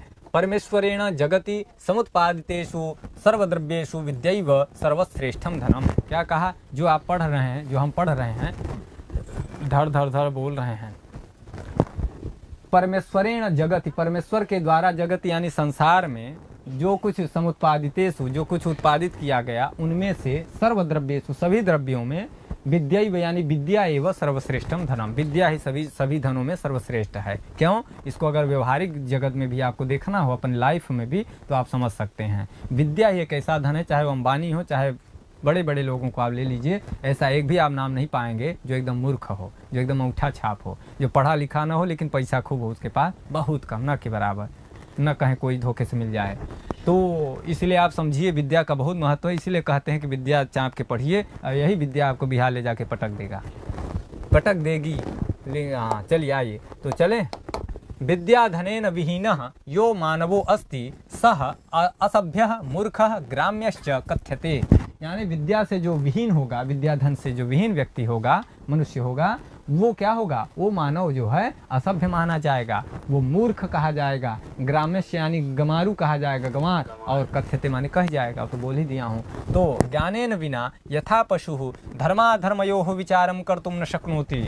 ज्ञानेन बिना, ज्ञान के न होने पर, यथा माने जैसे, पशु माने पशु पक्षी इत्यादि, धर्माधर्मयो हो, धर्म और अधर्म में, दोनों में क्या सही है क्या गलत है विचार नहीं कर सकते हैं। कौन? पशु। उसी प्रकार तथैव उसी प्रकार मानवोपि विद्यया विहीनः पाप पुण्ययोः कर्तव्या कर्तव्ययोः विचारम कर्तुम न पारयते। यानी पशु पक्षी जैसे नहीं कर पाते हैं कि क्या सही क्या गलत, च्यू च्यू च्यू च्यू जहाँ पाए वहीं खाने पीने सोने लग गए, वैसे ही मनुष्य भी अगर विद्या से विहीन होगा तो क्या होगा? वो भी धर्म अधर्म, पाप पुण्य, कर्तव्य, क्या करना चाहिए क्या नहीं करना चाहिए, उल्टा पुल्टा काम करेगा। इस सब का विचार नहीं करने में पारे, यानी संभव नहीं हो पाएगा, यानी वो पार नहीं पाएगा, नहीं कर पाएगा, सक्षम नहीं हो पाएगा। विद्या विहीनो मानवोंधा, विद्या से जो विहीन होगा वो मानव क्या होगा? अंधा होगा। अंधा माने आँख ही रहेगी लेकिन अधराया रहेगा, आँख रहते हुए भी पगलाया रहेगा। एवं माने ही निश्चित रूप से निगद्यते, ऐसा कहा जाता है। निगद्यते माने ऐसा समझा कहा जाता है।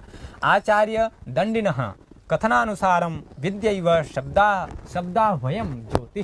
क्या कहते हैं आचार्य दंडी? आचार्य दंडी के कथनानुसार विद्यैव यानी विद्या ही शब्दाह्वयम ज्योति है, शब्दात्मक ज्योति है, प्रकाश है। क्या? विद्या। किसके अनुसार? दंडी, सबके अनुसार मानना चाहिए। यदि नामयम विद्या ज्योति अस्मिन् जगति न भवेत। अर्थ करिए, विद्या ज्योति अस्मिन् न जगति न भवेत। यदि मान लीजिए इस विद्या नामक ज्योति जो है, शब्दात्मक ज्योति जो है, मान लीजिए संसार में न होती तो तर्हि जगत इदम अखिलम, जगत इदम अखिलम, इदम जगत, हाँ संपूर्ण जगत, अखिल माने संपूर्ण, जगत माने संसार, इदम माने यह, क्या? अपि माने भी, क्या होता? क्या होता भैया, अंधकार वृत्तम, अंधकार आवृत्तम, संपत्स्येत, क्या है, संपत्स्येत, अतएव, यानी जब ये जगत कैसा होता, विद्या के बिना अंधकार से आवृत्त होता, ढका होता, अतएव इसलिए उक्तम कहा गया, विद्या धनम सर्वधन प्रधानम।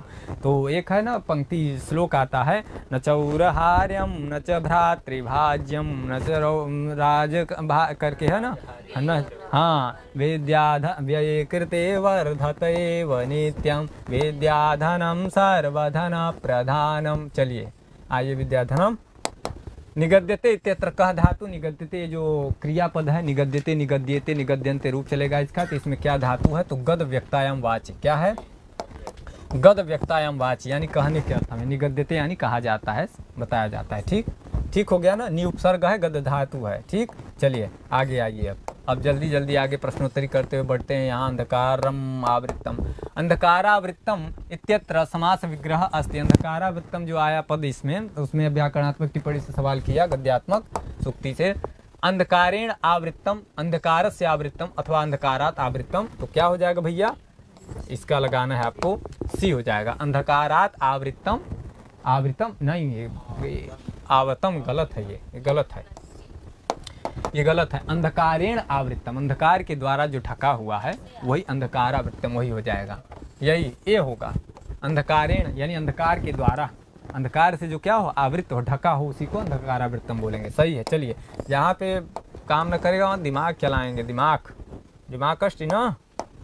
विद्यैव इत्यस्य पदस्य संधि विच्छेदः भवति। विद्यैव माने विद्यई में क्या करना है, संधि पद है, तो इसका क्या करना है, विच्छेद करना है। अब विग्रह किसका होता है, समास का, विच्छेद किसका होता है, संधि का।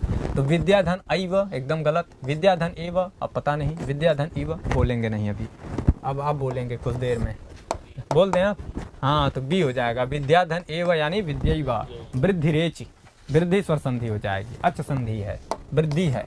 चलिए हो गया ना, आगे आइए, आगे आइए हो।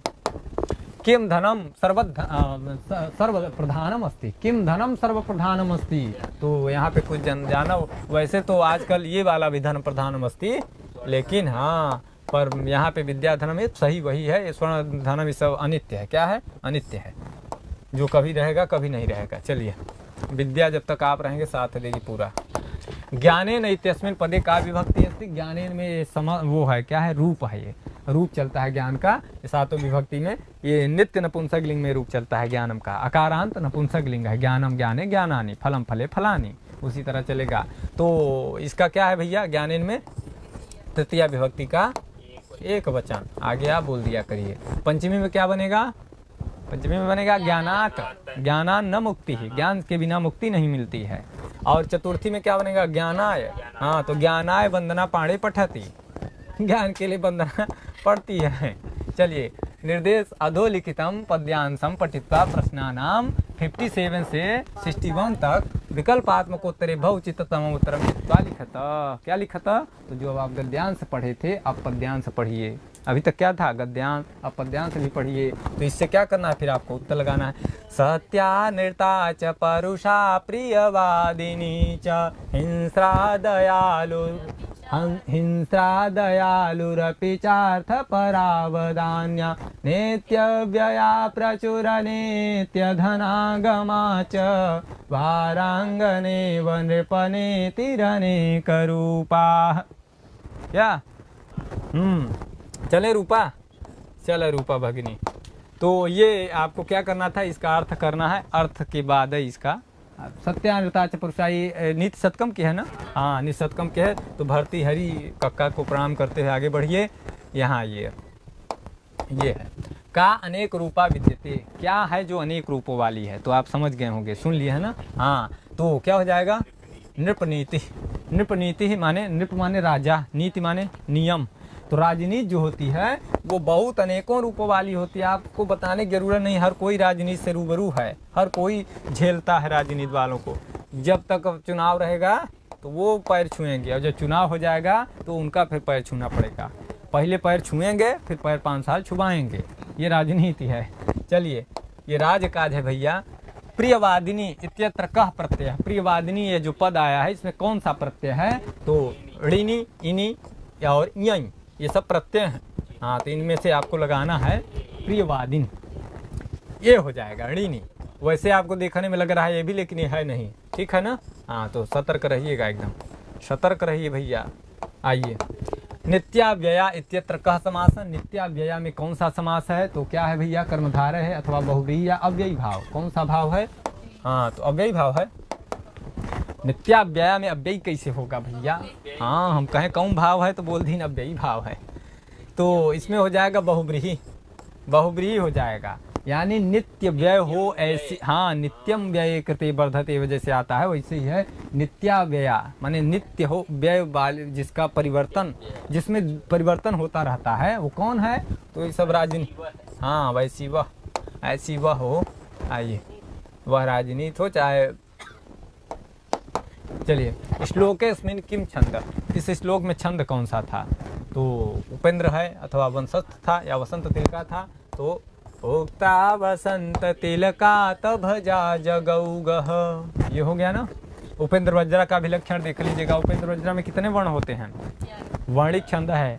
उपेंद्र वज्रा में 11 वर्ण होते हैं, 11 चौको 44 टोटल। वंशस्थ में क्या है? वंशस्थ मुदीरितम जरौ कैसे है? जतौ, जरौ तु नहीं है, जतौ तु वंशस्थ मुदीरितम जरौ, ये वंशस्थ हो गया। और वंशस्थ में कितने होते हैं? 14, 12। हाँ, यानी स्त्रियः कुरूणाम मधिपस्य पालेन बाला। हाँ, ठीक हो गया। उपेंद्र वज्रा और इंद्र वज्रा के मिलने से क्या होता है? उपजाति।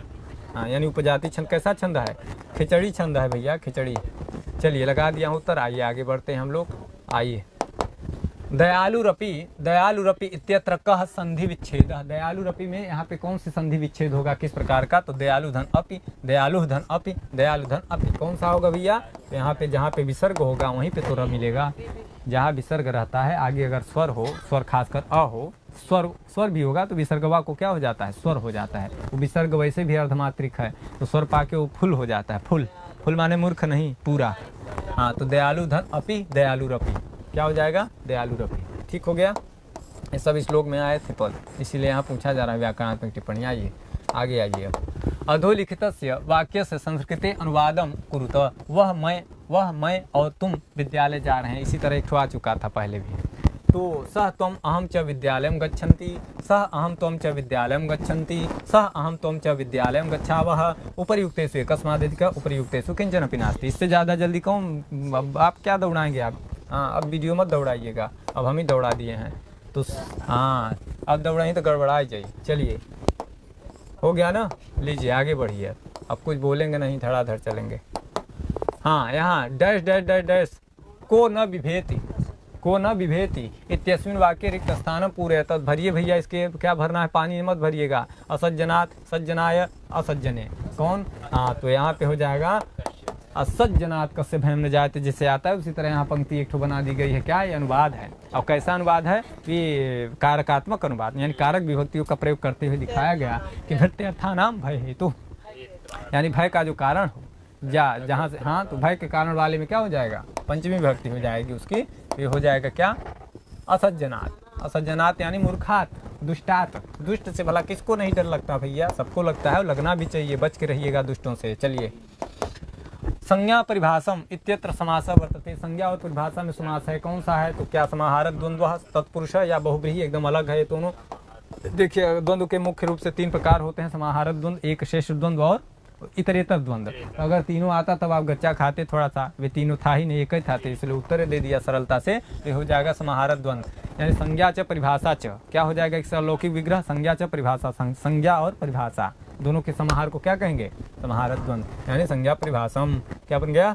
तो समाहारक द्वंद्व का एक और नियम है, परवल लिंगम द्वंद्व तत्पुरुषयो हो। परवल लिंगम द्वंद्व तत्पुरुषयो हो, यानी पर माने बाद वाला जो वो शब्द होगा उसके अनुसार ही लिंग का निर्धारण होगा। किसमें? द्वंद्व समास में और तत्पुरुष समास में। ठीक हो गया ना? परवल लिंगम द्वंद्व तत्पुरुषयो हो। चलिए, तो उत्तर लगाए हो कि नहीं? उत्तर लगा दिया हूँ। चलिए, फिर से लगा दिए। आइए आगे आइए। फिर यहाँ पहुँच गए। आचार्य से पत्नी कथ्यते। अब आइए पत्नी में भी। तो आचार्य से पत्नी कथ्यते, मातुलस से पत्नी कथ्यते, समझ गए होंगे आप। एक सूत्रवय है, यवन और मातुलानी आचार्यानी करके इसे आता है ना। हाँ, तो आचार्य से पत्नी, आचार्य अथवा आचार्याणी या आचार्याणी, आचार्याणी या आचार्याणी। तो ये फंसाने लायक है, बढ़िया बनाई है। तो ये हो जाएगा बी। यहाँ पे गच्चा मत खाइएगा, अड़द तो नहीं होगा, नहीं रहेगा। आचार्य की जो पत्नी होती है यानी प्रोफेसराइन, प्रोफेसर की जो पत्नी होगी वो आचार्यानी कहलाएगी संस्कृत में, और अगर खुद ही प्रोफेसर होगी तो आचार्य कहलाएगी। हाँ, प्रवक्ताइन नहीं, मास्टराइन वो गांव में बोलते हैं, तो आचार्य हो जाएगी कौन, जो खुद प्रोफेसर रहे। अगर जिसका पति प्रोफेसर है उसको क्या कहेंगे, आचार्यानी। तो यही बोलिएगा आज से, कहूँ धोखे से रानी न निकल जाए आचार्यानी के जगह पर, इसलिए संभल के बोलिएगा। चलिए, हाँ कि रानी बोल दे, फिर रानी बोले थे फिर खानी पड़े। चलिए, स्वप्न वासव दत्तम इति नाटकस्य आकर ग्रंथ का, आकर ग्रंथ का मतलब होता है उपजीव्य ग्रंथ, यानी कहाँ से लिया गया ये। तो स्वप्न वासव दत्तम ये नाटक जो है भास की रचना है, 13 नाटकों में से भी एक नाटक है। स्वप्न वासव दत्तम 6 अंकों का नाटक है भास जी के। इसमें उदयन और उसका वासव दत्ता इत्यादि का कथन है, वो है पूरा कथानक। तो ये बृहद कथा से लिया गया। कहाँ से, बृहद कथा से। रामायण और महाभारत ये भी दोनों बहुत बड़े उपजीव्य ग्रंथ हैं, यहाँ से भी बहुत सारे ग्रंथ हम वो भी लिए हैं, भास जी ने भी लिया है। चलिए उत्तर लगा दिया हूँ, आगे बढ़िए। रामायण, महाभारत, पुराण और बृहद कथा ये सब क्या है, उपजीव्य हैं, बहुत बड़े उपजीव्य हैं, बहुत सारे ग्रंथ यहाँ से लिए गए। आइए, शकुंतलायाः सौंदर्य से वर्णनम कस्मिन् अंके अभवत्। शकुंतला के सौंदर्य का वर्णन किस अंक में हुआ। शकुंतला का वर्णन कहाँ है, शाकुंतलम में है, अभिज्ञान शाकुंतलम में है। तो अभिज्ञान शाकुंतलम बहुत बड़ा नाट्य साहित्य है और बहुत फेमस है, पूरे नाटकों में सबसे राजा है वो। तो किस में भैया, हाँ तो दूसरे का पहला हो जाएगा, माने है पहला ऑप्शन लेकिन है दूसरे अंक में। हाँ तो पहला में दूसरा, पहला में दूसरा, तो दूसरे अंक में चर्चा है। तृतीय में क्या है, तीसरे में जो है विरह दुख, मिलन भी हुआ, विरह भी था, जब मिलते हैं तभी विरह होता है, छूटते हैं तब विरह होता है। तो चतुर्थे में क्या है, चतुर्थे में विदाई है भैया, जिसमें आप लोगों ने, सब लोगों ने मिलकर विदा किया था, किसको, शकुंतला को। चलिए आइए आगे आइए अब।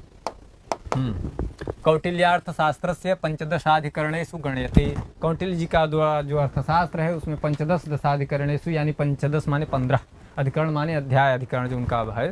तो अधिकरणों में क्या है, अधिकरण होता है विभाजन, पाठ विभाजन। तो उसमें गण्यते यानी गिना जाता है। क्या गिना जाता है, अध्यक्ष प्रचार, धर्मस्थीय, कंटक शोधन, हो गया ना। हाँ तो 2 3 4 क्रम से है एकदम, एक को छोड़ दिया था।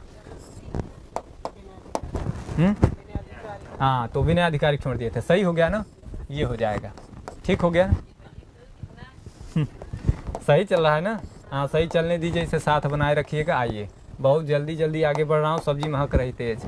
संस्कृत से प्रथम महाकाव्यस्य महाकाव्यम वर्तते। क्या है, संस्कृत से प्रथम महाकाव्यम वर्तते, संस्कृत का सबसे बड़ा महाकाव्य या प्रथम महाकाव्य, इस तरह के सवाल भी देख लीजिएगा।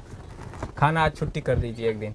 तो शिवराज विजयम अथवा जाम्बवती विजयम अथवा रघुवंश महाकाव्यम उपर्युक्तेषु एकस्मादधिक उपर्युक्तेषु किंचन अपि नास्ति। तो ये आपको लगाना है क्या, सबसे, हाँ तो जाम्बवती विजयम, इसी को क्या बोलते हैं, पाताल विजय। पाणिनि की रचना है, पाणिनि बहुत पुराने कवि हैं, और व्यास और ये क्या कहते हैं, भास और कालिदास से लोग बात के हैं, इसलिए वही उन्हीं का रचना क्या हो जाएगी, पहला काव्य हो जाएगा। हाँ और सबसे बड़ा काव्य क्या मिलता है, रत्नाकर का हरविजयम, 50 सर्गों। अब इसमें कितने सर्ग हैं, 18 सर्ग हैं भैया। चलिए, और ये रघुवंश के बारे में कुछ बोलना ही नहीं, सब आप जानते हैं। शिवराज विजय ऐतिहासिक उपन्यास है, किसका, अंबिका दत्त व्यास जी का। चलिए बहुत सुंदर व्याख्यान। कस्य ग्रंथस्य कंचुके है नाम क्या है, बादरायण। तो कस्य ग्रंथ से, किस ग्रंथ के कंचुकी का नाम बादरायण था। तो क्या प्रतिज्ञा योग नारायण से, या दूत वाक्य से, या स्वप्न वासव दत्त से, उपयुक्तेषु एकस्मादधिक उपर्युक्तेषु किंचन अपि नास्ति। ये एकदम मुंह में लग गया है, दोनों जल्दी से बोला जाता है। अब पहले दिन तो लटपटिया रहा था, लग रहा था कि कहीं कुछ न बोला न जाए। चलिए, तो यहाँ पे ये हो जाएगा, ये हो जाएगा, ये हो जाएगा, तीनों हो जाएगा, समझ रहे हैं ना। ये आज मिला ये मैटर है, ये क्या है, ये आपको नोट्स है, ये नोट्स है। चलिए बता दिया उत्तर, नहीं बताया, हो गया। जब तीनों में टिक कर दिए तो क्या, हाँ क्या उसमें लगाना, क्या उसमें, क्या इसमें। चलिए आइए, वस्तु निर्देशात्मक मंगलाचरण कस्मिन् ग्रंथे वर्तते। वस्तु निर्देशात्मक मंगलाचरण किस ग्रंथ में है, तो शिशुपाल वधे, नषधि चरिते या किरातार्जुनीय, कोने में है भैया, हाँ, तो आप जानते हैं कि ये हो जाएगा उपर्युक्तेषु एकस्माद् अधिकः। तीनों में है, तीनों वंशस्थ छंद में मंगलाचरण किए गए हैं। क्या दिया है? शिशुपाल है ना, श्रेय पति श्रीमती शासितुम जगत श्रेय कुरुणाम अधिपस्य पालन और निपीय करके है। अब निपीय के आगे हाँ निपीय क्षेत्र रक्षाम करके तीनों का बता दिया हूँ। तीनों में वंशस्थ छंद है, तीनों बृहत्तरी में आते हैं। तीनों में 20 है, इसमें वो सर्ग महाकाव्य है। नरसिंह चरितम में 22 है, किरातार्जुन में 18 यानी 18, 22, 20 और ये बृहत्तरी हैं, महाभारत से लिए गए हैं। समझ गए? हो गया ना, सरल था, बोल दिया हूँ खूब। आइए इसके बाद फिर है बहुव्रीहि समासस्य उदाहरणम अस्ति। बहुव्रीहि समास का उदाहरण क्या? ससीतः सुपुत्रः सपरिवारः। तो इसमें हो जाएगा आपका क्या हो जाएगा भैया, लगा दे रहा हूँ अब। उपर्युक्तेषु एकस्माद् अधिकः, इसमें 2 से अधिक है तो यही डी वाला हो जाता है। कैसे? ससीतः सीतया सहित इति ससीतः, यानी सीता के साथ। ससीतः माने होता है भगवान राम, ससीतः माने भगवान राम। अर्थ सुनते चलिए। सुपुत्र माने होता है सुंदर पुत्र, लेकिन यहाँ पे बहुव्रीहि फिलहाल अभी नहीं बताऊंगा, इसको अभी छोड़िए। सपरिवार देखिए, परिवारेण सहित इति सपरिवार, कहते हैं ना सपरिवार आए थे, तो परिवारेण सहित सपरिवार, सपरिवार योगी मोदी कोई भी कर दीजिए, चाहे किसी का नाम रख दीजिए। प्रथमा विभक्ति एक वचन है, रूप चलेगा सातों विभक्ति में, इसका समस्त पदों का भी रूप चलता है अव्ययी भाव समास को छोड़कर।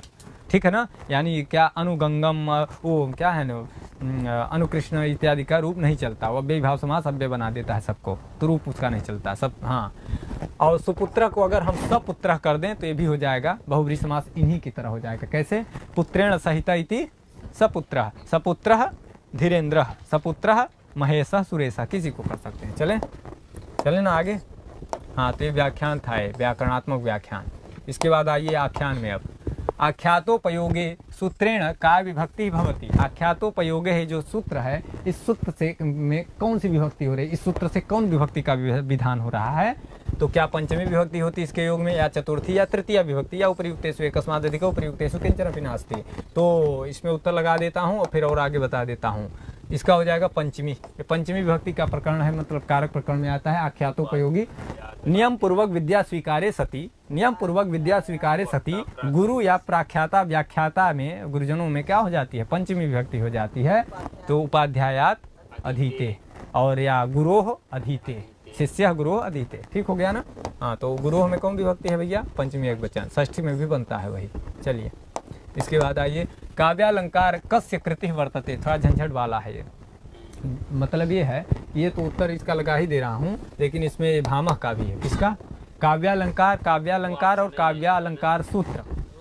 काव्यालंकार, काव्यालंकार, काव्यालंकार सूत्र, 3 ग्रंथ हैं। तो ये रुद्रट और भामह क्या हो जाएंगे? भामह। ये दोनों लोगों ने लिखा है ये क्या? काव्यालंकार। और काव्यालंकार सूत्र किसने लिखा? वामन ने। वामन ने, सही हो गया ना? और ध्वन्यालोक किसने लिखा? आनंदवर्धन ने। काव्य मीमांसा किसने लिखा? राजशेखर ने काव्य मीमांसा लिखा। उसी में क्या लिखा है? 14 प्रकार के विद्यास्थान, 4 वेद, 6 शास्त्र, 18 पुराण, स्मृति, धर्मशास्त्र सब गिनाया है उसी में। चलिए माँ, 1 मिनट। माँ भूत कुमारः सुकुमार चित्तः सविघ्न चेता इति मन्यमानः। यम पंक्ति कुत्रास्ति, ये जो पंक्ति है कहाँ पर है? तो नीति शतके अथवा पंचतंत्रे या बुद्ध चरिते। तो कौन चरिते में है भैया? ये बुद्ध चरिते में है। बुद्ध चरितम की पंक्ति है और ये अशुघोष की रचना है। 28 सर्गों का महाकाव्य है, लेकिन ये 14 सर्ग प्राप्त हो रहा है संस्कृत में। चलिए फिर क्या है? पंचतंत्र में बहुत सारी सूक्तियाँ और गद्यात्मक भी मिलते हैं, कथानक। पंचतंत्र, हाँ, बुद्धिर यस्य बलम तस्य, जिसके पास बुद्धि है बल भी उसी के पास है। ठीक है ना? इसके बाद निस्तकम में आप जानते ही हैं, अभी पढ़े ही हैं, सत्यान्विता। हाँ, वारांग वाला बहुत है उसमें। तो चलिए इसके बाद आइए आगे। या निशा सर्वभूतानाम तस्याम जागर्ति संयमी, यानी जो या निशा यानी जो रात्रि में सर्वभूतानाम प्राणियों में ऐसा कौन है जो रात में जगता है कि दिन में सोता है, जो भी हो। तो इसको आप देख लीजिए, ये सूक्ति है, श्लोक है, दूसरे अध्याय का है। हाँ, गीता के दूसरे अध्याय का है, 69वां यानी 69 श्लोक का एक अंश है। एक लाइन अभी और होगा, ये अनुष्टुप छंद में है।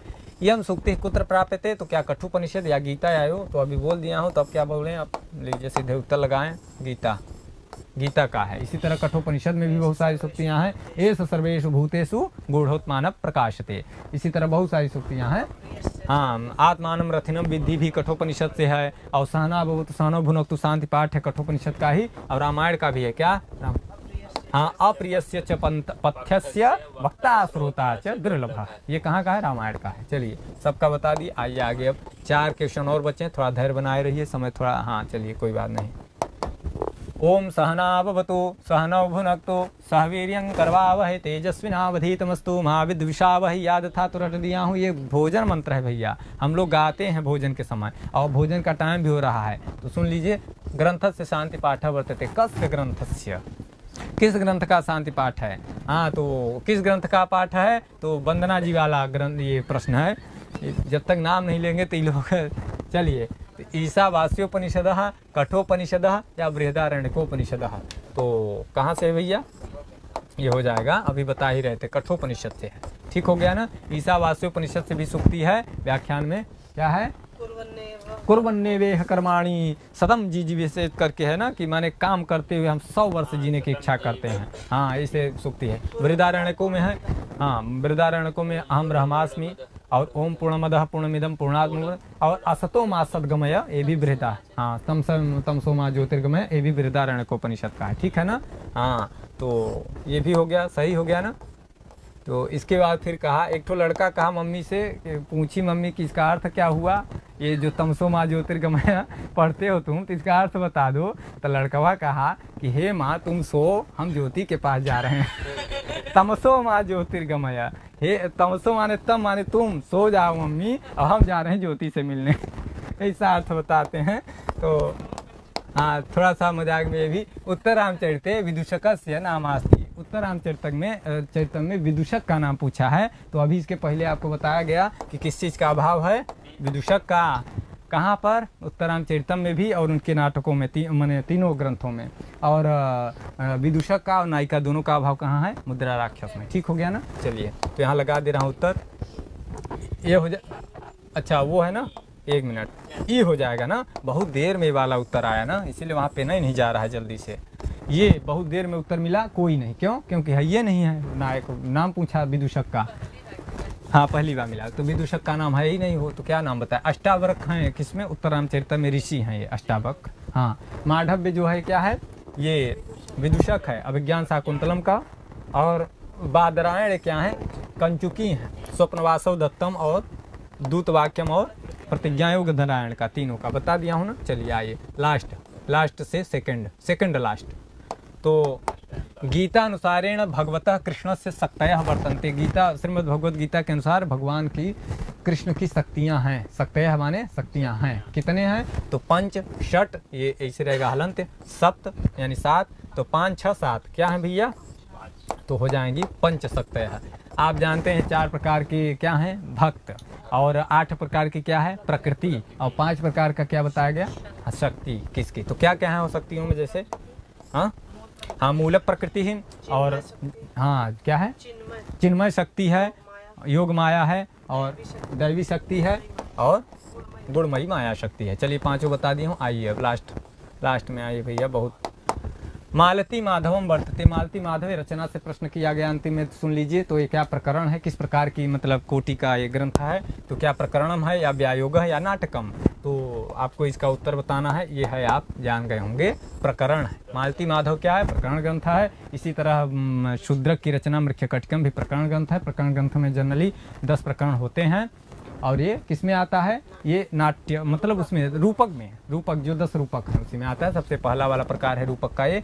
और इसके बाद फिर है व्यायोग में, जैसे मध्यम व्यायोग है, और एक है सौगंधिका, वो क्या है? हाँ, और नाटक में आप जान ही रहे, नाटक में बहुत सारे नाटक हैं।